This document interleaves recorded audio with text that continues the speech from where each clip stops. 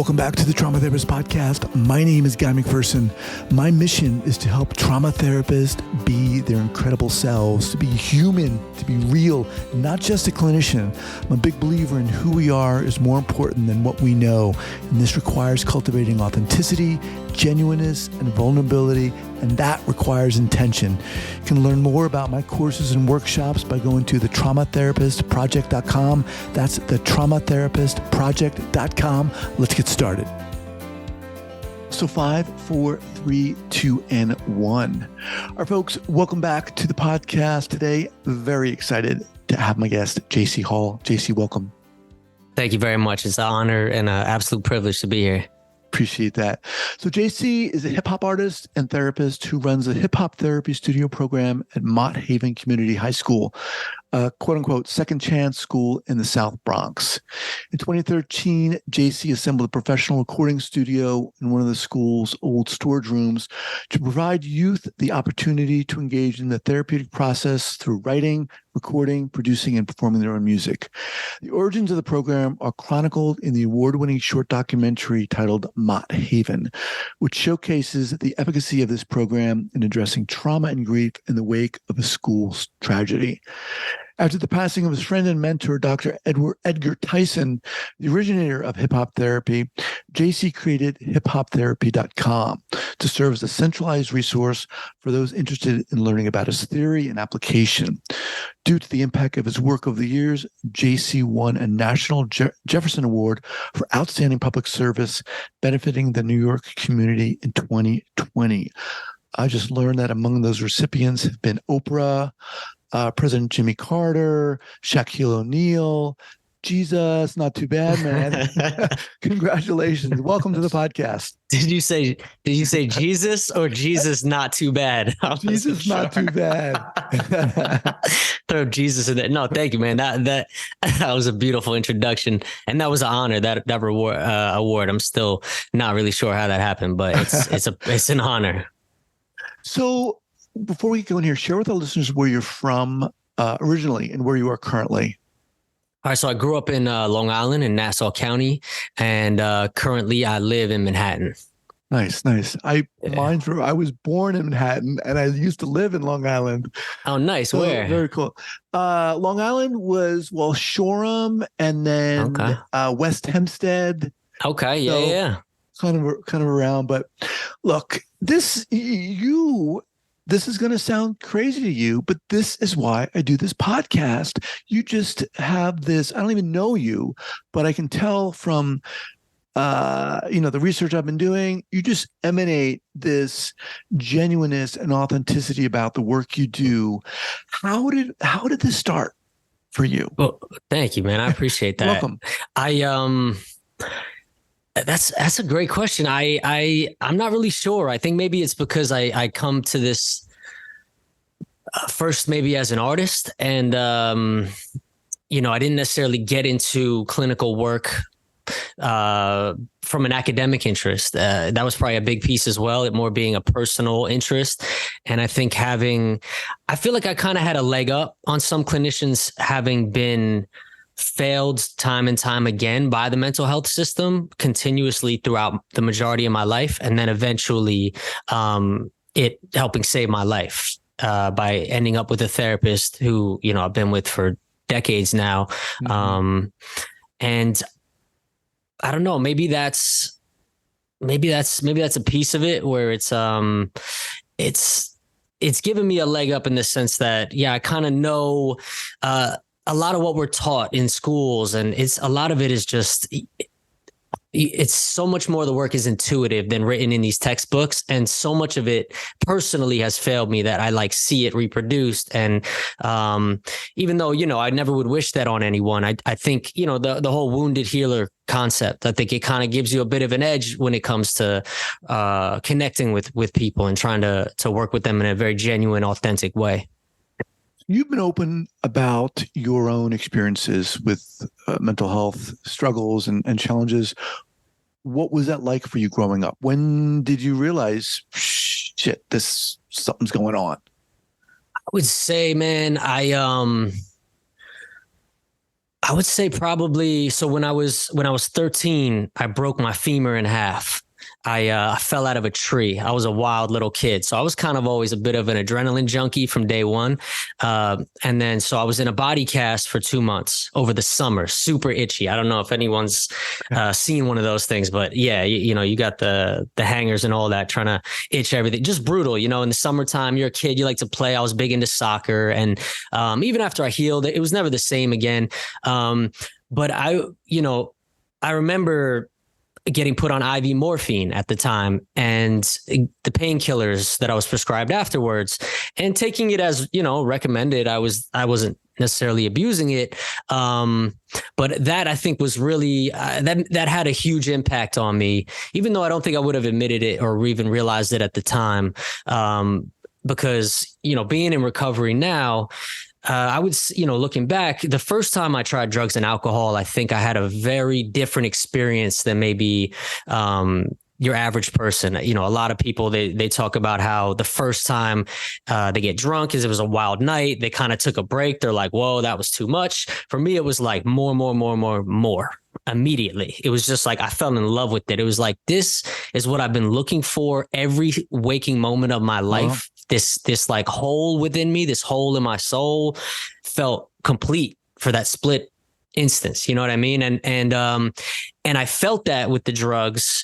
And then I started to explore myself and got heavy into addiction by age 15. I was doing cocaine every day. I mean, I was drinking every day. I had no intent of seeing 16. I was going to just crash and burn, getting involved in a lot of stuff and a lot of illegal stuff. And let me just interrupt you, sir. You talked this hole in your soul. Yes. Describe this hole in your soul.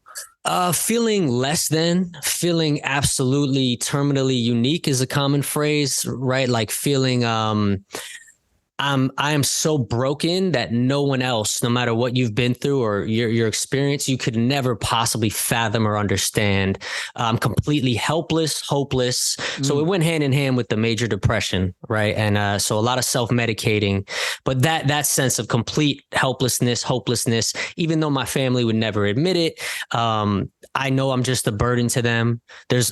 I know if I was gone, that their lives would be easier. They wouldn't have to deal with me. They wouldn't have to pick me up, drag me around, put me in institutions. They wouldn't have to deal with all this if I just were gone. That whole of feeling like nothing's ever enough. I'm never going to be enough. And the drugs really helping fill that hole, really filling that void, at least temporarily. Up until as you start getting deeper and deeper into active addiction, they start working less and less. They fill it a little less and less. And that's how, I don't know if that makes sense, but maybe everybody to some extent feels some sort of disconnect from society. I don't know. Yeah, I don't know. Excuse me here, I got something in my eye. What you're describing is, come on, that's very intense, and it leads you down. You led down this path. So what happens? You go to school? Do you not go to school, or what? So I was in school and I was actually doing really well at, I was one of the lucky ones in that I didn't have to work too hard to get good grades. So I could kind of like still be drunk every day and pass. And maybe I'd get C's instead of straight A's, but I was still managing. But the one thing that really kept me from the edge was when I really started getting into hip hop. I always really loved hip hop music and resonated with it. But 15, when I was at my lowest point, is when I first decided to take a crack at emceeing and actually writing, and the one thing that now in retrospect, I can piece together. But at the time it was like cool and dope to like rap about what you were going through and your struggles and talk about, like, I really resonated heavily with Eminem and Tupac, especially talking about, addiction. Pac's talking about that with his mom and Dear Mama. And so really rapping about struggling with addiction and mental health. And it was a way for me to kind of structure and organize all of that madness that was swirling around in my head. Those thoughts of no one else could get me, and put it in a way where it was more strengths based, right? It wasn't like pathologically oriented. It was, I'm just telling my story, rapping it to my peers, and then to get feedback from my peers like, damn, that's an ill bar, man. Like that was really cool how you phrased that like that. And that was, I like that. And I can relate with that. I feel that way towards my circumstance, or I have that kind of relationship with my parents or whatever it may be. So now in that moment, I'm no longer feeling so damn alone. And like, there's no point in me being here. It's like others around me, especially as a teen, my peers, especially, right. That resonating with them gave me a sense of like purpose and hope in a time when I didn't have any at all. How old were you at that point? 15. 15. So still super young. Had you at that point like seen a therapist, or had you been involved in programs, or what? Yeah. So at 15, I went to my parents used to corner me and always like go to, therapy, because my younger brother was really struggling with depression as well. It's pretty heavy in my family. And he had seen a psychiatrist, and it had been helpful for him at that point in time. And my parents were always cornering me and trying to get me to go. And I was always, no.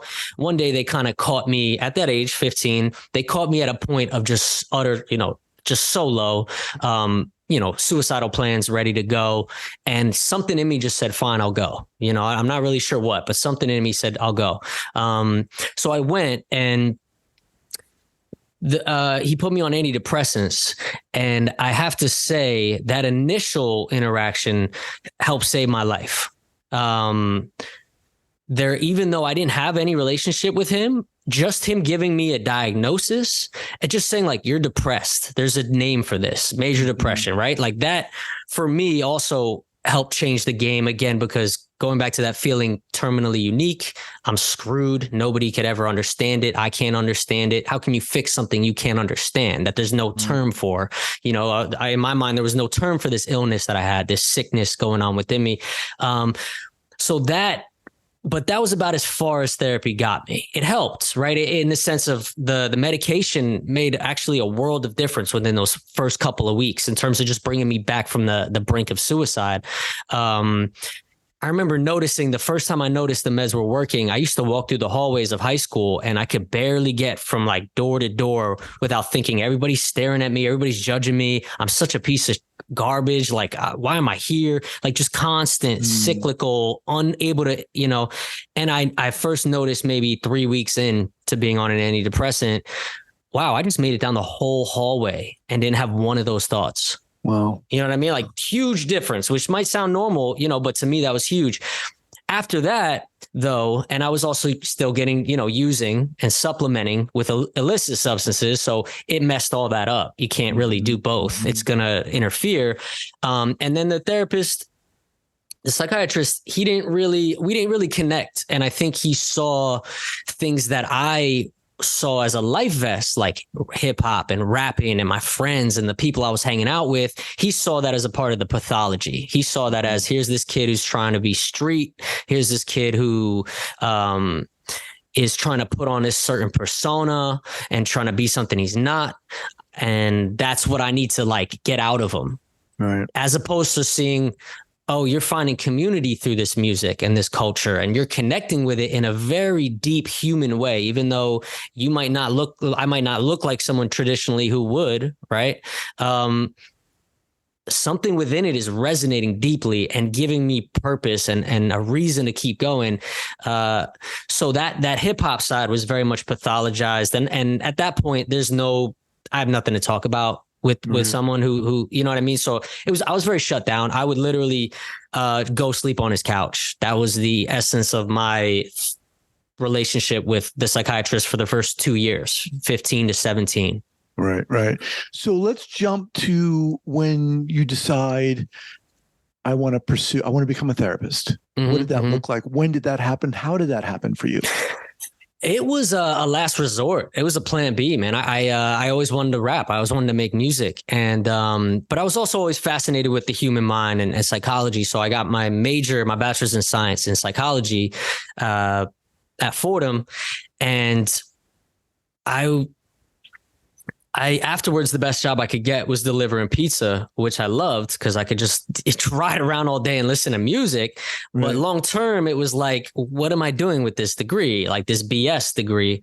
I got to make something of it.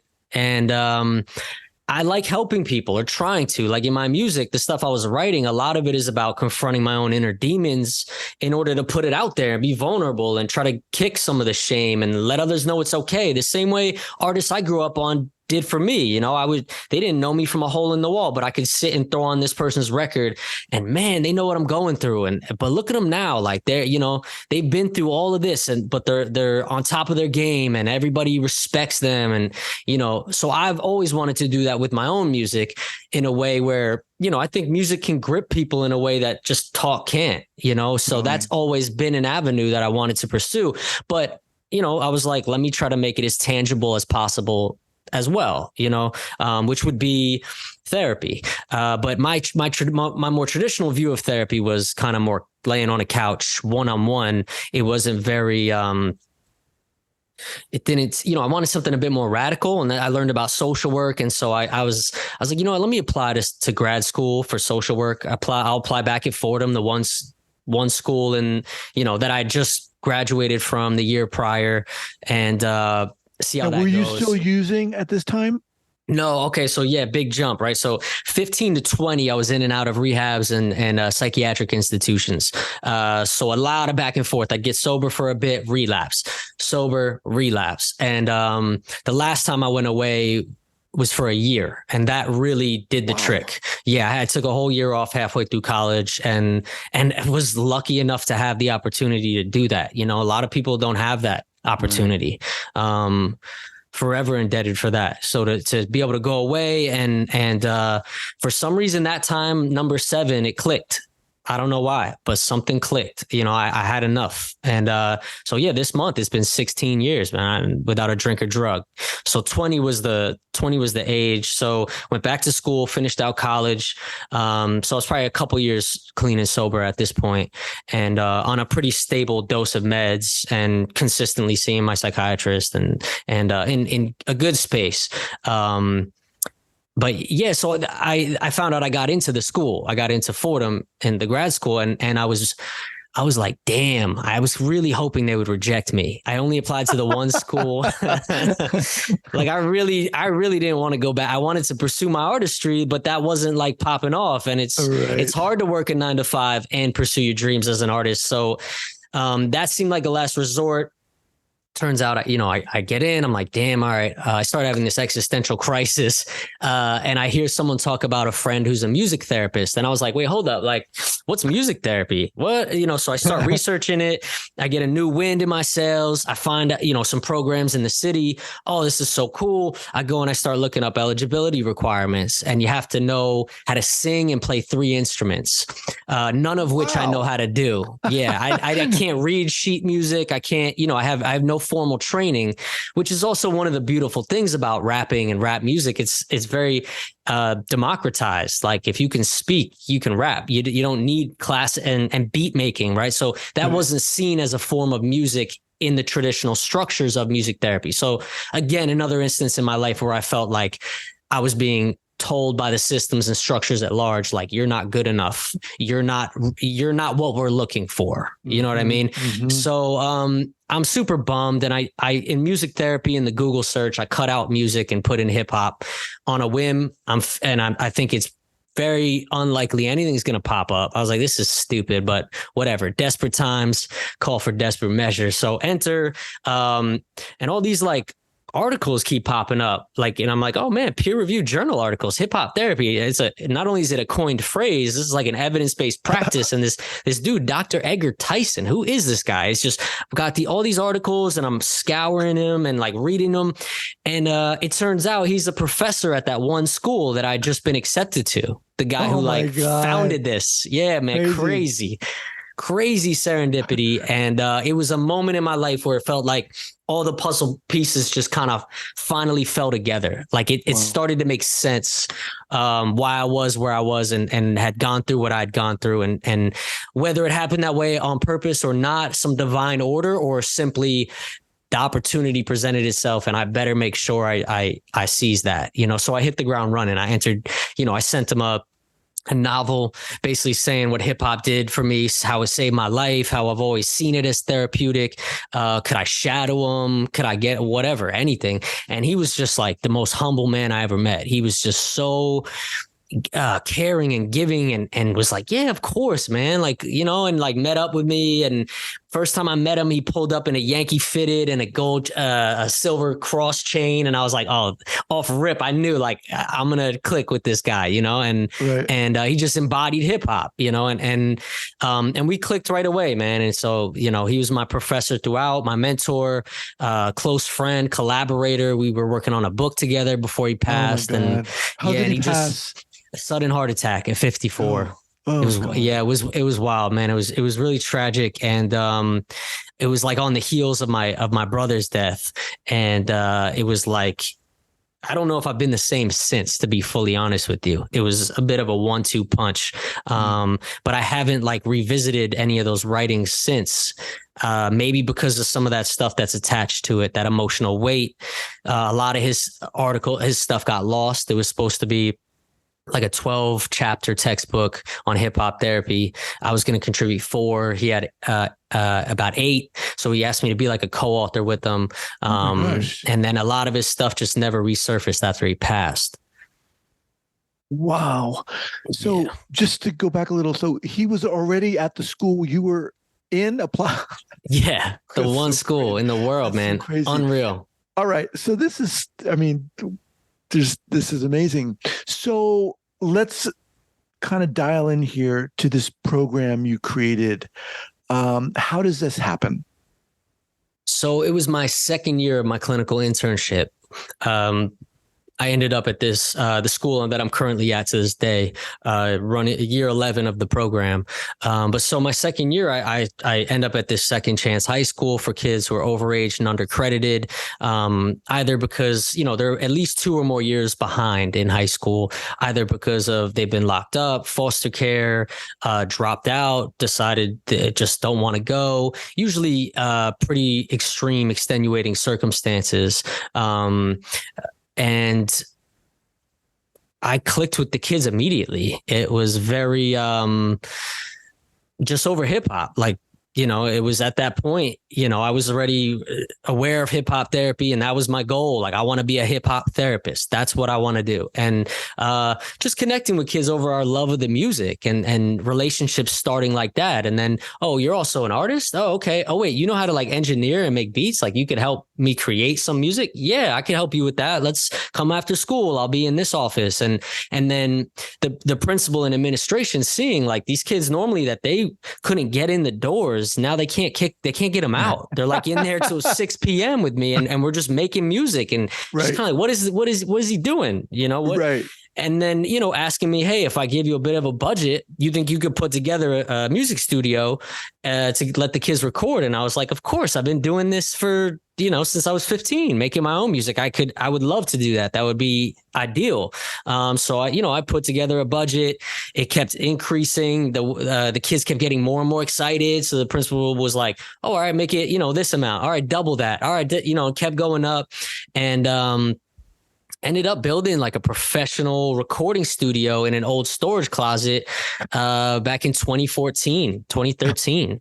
And yeah, man. And just immediately having results and connecting with youth who normally were not having they were not connecting with any other adults, and were usually getting in fights or causing some sort of issue is coming about.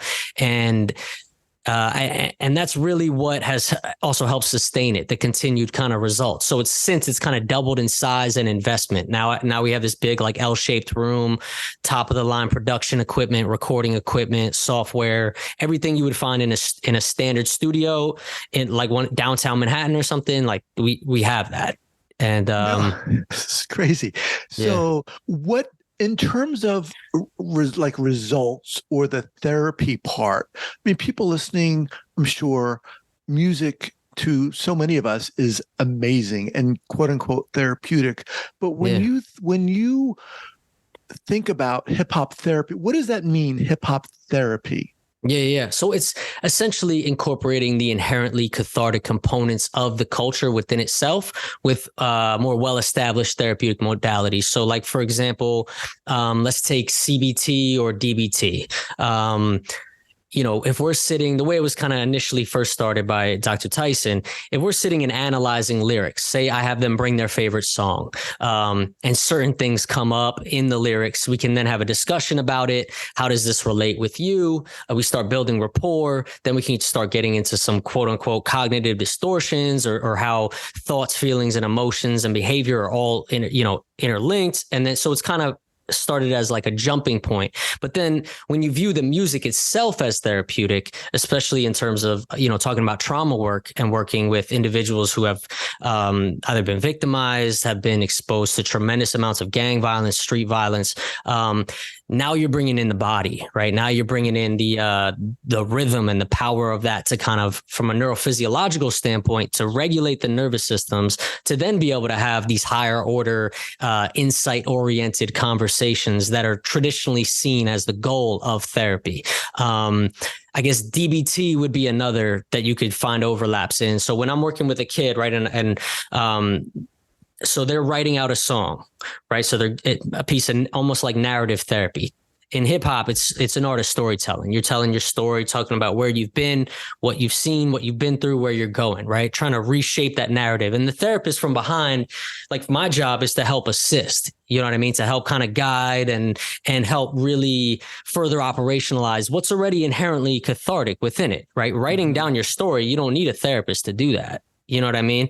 But working with them, maybe to challenge them a little bit, or to try to, give a bit of a directive, that can help facilitate, further growth or healing. But so then they get in the booth. When you're writing and you're rapping and you're bopping and you're performing, now movement's involved. Now rhythm is involved. Even though we're talking about language still, just words, the words themselves, like, are units of rhythm in terms of stressed and unstressed syllables. Like, even when you think about, Shakespeare and iambic pentameter, right? There's movement and rhythm embedded within the words and the way it's phrased. It's the same with rap, right? So you're writing, but each unit of rhythm has verbal significance. So you're connecting that top down and bottom up. Right. Like the words in it of themselves, they're telling a story. There's cognition, but it's delivered in a way where it's body based and very grounding and centralizing. And then you're doing that in a booth, and now we can start talking about mindfulness, right? And maybe not necessarily. So are you, excuse me for interrupting, but are you making certain components of what you're talking about? Are you making this conscious to them during these classes, or it depends. Like, I think, sometimes it'll kind of be made a bit more explicit after the fact, but there's plenty of times where I don't think it even needs to be made. Like, I don't have to necessarily spell out the power of diaphragmatic breathing or list certain results of certain studies to experience it. I think as long as they're experiencing it. So when you're rapping, right, you really are using a lot of breath, and diaphragmatic breathing it's essential to be able to get off as many bars as you can. It's big in singing as well, right? And that being something that can help calm, the vagus nerve, help calm your stress response system. And then them experiencing that firsthand. So their first time in a booth, and I'm kind of giving them some tips on how to breathe and how to center themselves. They do that and they see the results in their vocal performance. It's in real time. They're like, oh man, I'm sounding a lot better. My throat isn't as tight. I'm not as closed off. And then, so. And then you continue to encourage that. Like, you see how it kind of calms you, that way of breathing. And then when we go on stage, we do showcases at the end of every year. That's when you really are putting a lot of that into practice in a much larger way, not just this microcosm. Now you're on a stage in front of a bunch of other people and utilizing those techniques to your breath to calm and center yourself. So I think the connections being made, even if they can't necessarily say it back in therapy speak, you know what I mean? Like, they might not be able to, but they know if I breathe this way, I can help kind of center myself a bit, kind of calm down a little bit. And that will help me perform better, and that will help me feel better. And maybe try that next time you get aggravated in class, or next time you're arguing with your mom, or, like trying to find parallels. Similar with mindfulness, like I wouldn't necessarily give them a diatribe about that. But when I'm trying to teach effective creative writing, I'm telling them you really need to be aware of what are you saying that's unique? Everything's kind of been said and done under the sun, right? How are you describing your circumstances and the environment around you in a way that is different, and you're not just doing something everyone else does? The way you do that is you need to be super aware and attuned to your surroundings. So what's going on, how like the light is shimmering, how the sound of the pavement when you're walking on it, certain little details, and tapping in. And so, really trying to help encourage and harness that skill as well and build that up. And all of those, I think, are happening when you're during creative artistic development. So it can be very much presented in a way where it's not seen so intrusive, where it's like you have a problem, you need to learn DBT skills. Mm-hmm. It's more like you have a strength and you want to keep harnessing and building that. You can use DBT skills. You know what I mean? It's kind of a slight perspective shift. So are you viewed as, do your students think of you as a therapist or what? That's a good question, man. I wish I could ask some of them right now. I think some of them. Your title is what? Social worker? Yeah, social worker. Okay. Yeah, clinical social worker. So they see me as a social worker. Some will refer to me as their therapist. Some will call me their counselor. Some will just call me the studio guy. And it's. And the one plus I think of also like saying like, yeah, this is how therapy is, or this is how it should be or could be. It helps. It's helpful in attempting to destigmatize it when they move on, right? Like when they graduate and after termination, right? There's many of them will continue to need services. Or could benefit from that. And a big struggle in my work is trying to say like, this is also therapy. Like I know you see this as different. There's others out there who might not do it the exact same way, but can get the same results, hopefully, or something, work towards those goals that you have. And I want you to be able to do that. But that can be a struggle. I think some of the hardest things for me are when they graduate and move on, and knowing that, there aren't, like, you can't just dial up your local hip hop therapist. You know what I mean? Like right. So it's, the goal is really to get them set up in a place where they've developed that therapeutic relationship with the culture itself, that they can kind of sustain it without someone else, without a therapist. That's a bit idealistic, like a lot of them, people need help. And I'm speaking as one of them, like sometimes lifelong. So that can be tough. So I think, that's the pro to kind of iterating, like I'm a therapist. But then there's also the potential con of that scaring kids off. So I don't like dwell on it, but I don't hide from it. You know what I mean? Like, it's like, I'll introduce, I'm J.C, social worker here. I'm a therapist. Let's make some music. You know what I mean? It's. What do you have this incredible sense about you that just cuts right to the core. Again, this authenticity.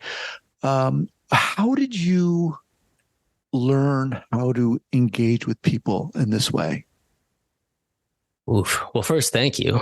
I don't know, man. I don't know if it's.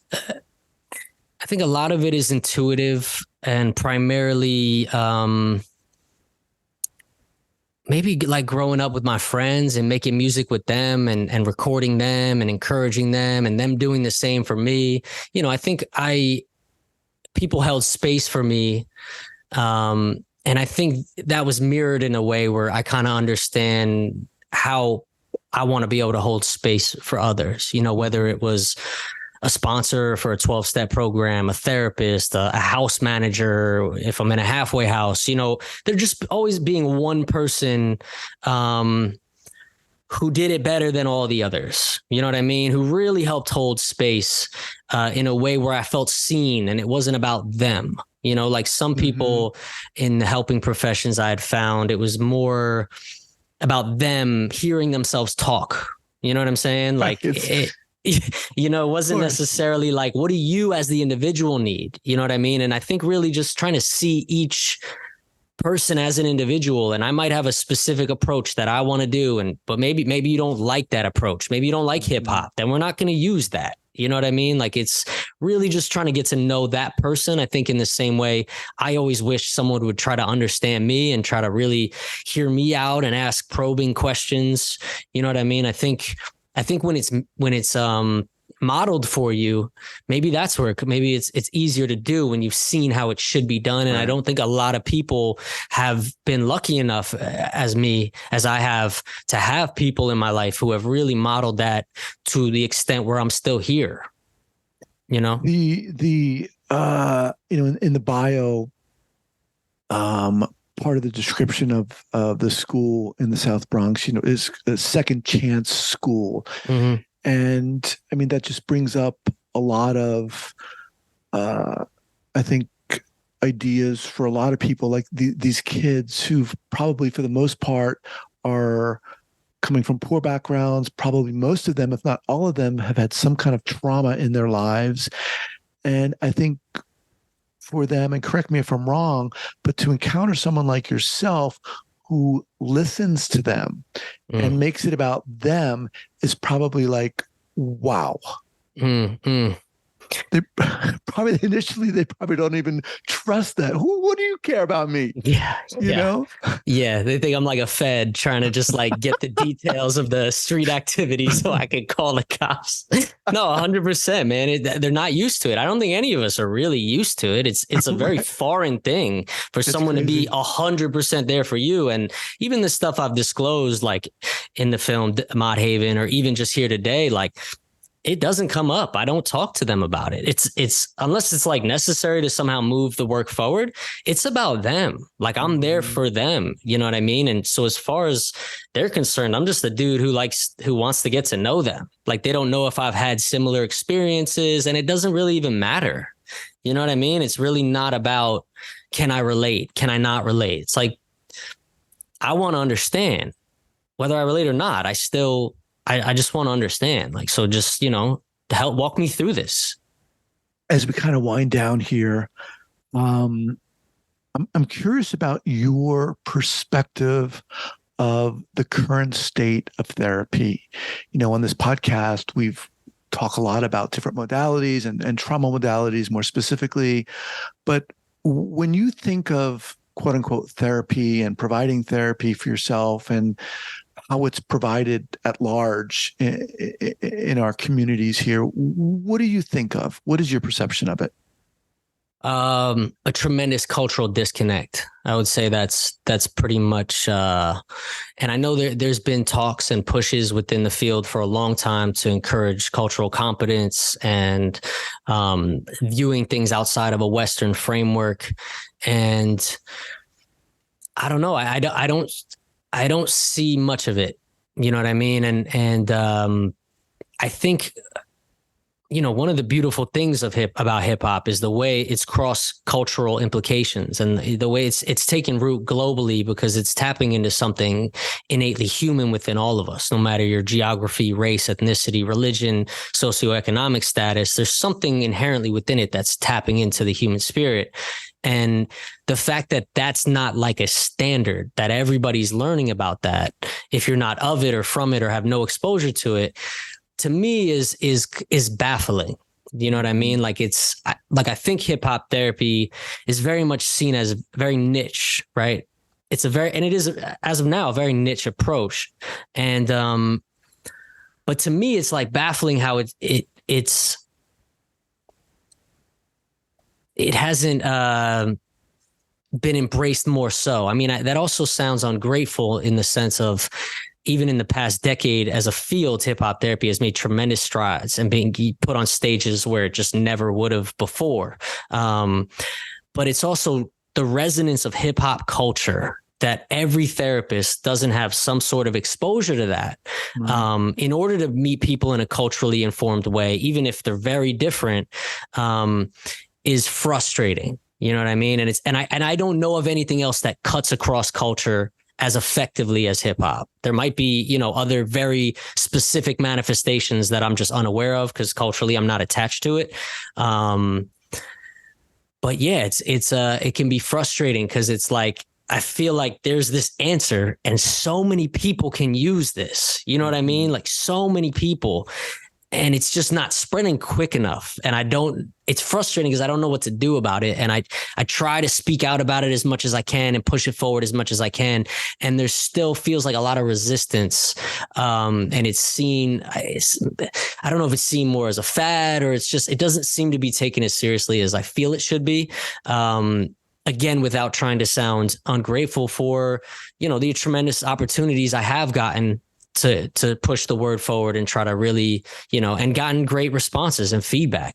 It's just, I just know how much, you know, people can benefit from it and how many people are reaching out to me all the time through my website. Like, can you hook me up with a hip hop therapist in this area? My son's going through this, my daughter's going through this, and I don't have people, you know, to refer them to. The infrastructure just isn't there. And as one person, like, it's like, I don't know how to build out that infrastructure, you know? J.C Hall, man, you are one friggin' inspiring dude. Got to have you back. Man. Love to have you back. I would love that. What's the best way for people to reach out to you, get in contact with you? I would say check out hiphoptherapy.com. There's a form submission on there. Just, reach out.